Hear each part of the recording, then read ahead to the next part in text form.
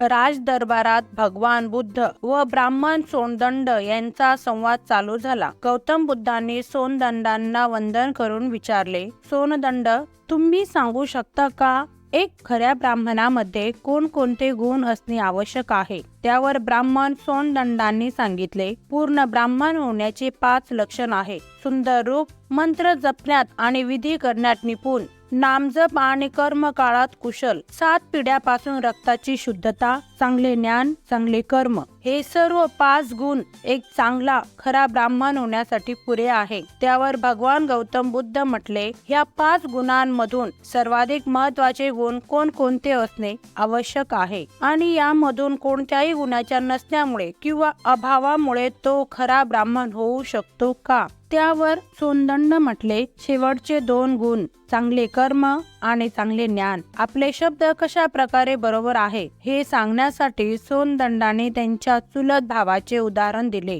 त्यांनी सांगितले की माझा भाऊ अंगद रूपवान आहे. त्याच्या शारीरिक सुंदरतेची तुलना करणे कठीण आहे. त्याच्या शारीरिक सुंदरतेची तुलना नाही. त्याचं आचरण, त्याचे वर्तन चांगले आहे. त्याचे शिष्टाचार सभ्य आणि उत्कृष्ट आहे. 2 कुटुंबाची रक्ताची शुद्धता त्याच्या शरीरात वाहत आहे. वेद पाठाचा ज्ञानी आहे. हे 3 गुण तर त्याच्यात आहेत. पण जर विचाराच्या नजरेतून पाहिलं तर अंगद दारू पित आहे, हत्या करतोय, बलात्कार करतोय, खोटं बोलतोय, चोरी पण करतोय. तर मग त्यामुळे त्याच्या बाकीच्या गुणांची तर काहीच किंमत राहत नाही. तर मग म्हणून मित्रांनो, सत्कर्म आणि ज्ञान हे सर्वोच्च आहे पूर्ण ब्राह्मण होण्यासाठी. त्यावर भगवान गौतम बुद्धांनी विचारले, या 2 गुणांमधून तुम्ही सर्वोत्तम गुण कोणाला समजाल? त्यावर सोनदंडाने सांगितले की सत्कर्म आणि ज्ञान 2 होऊ शकत नाही. जसे एक हात दुसऱ्या हाताला स्वच्छ करतो आणि एक पाय दुसऱ्या पायाला स्वच्छ करतो, त्याचप्रमाणे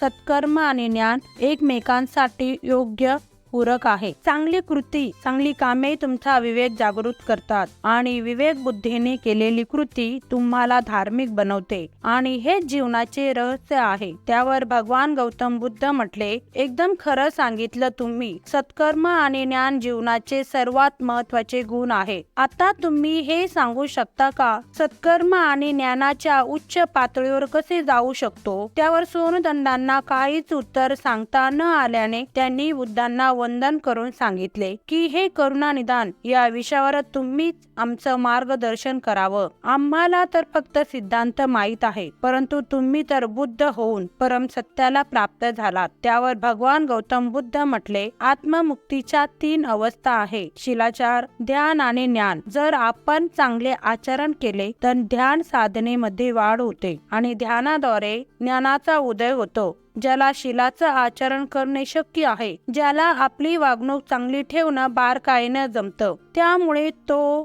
काम, क्रोध, मोह, माया, इच्छा यापासून दूर होऊन आत्ममुक्ती आणि शांती, आनंदाच्या सुखाला तो प्राप्त होऊ शकतो.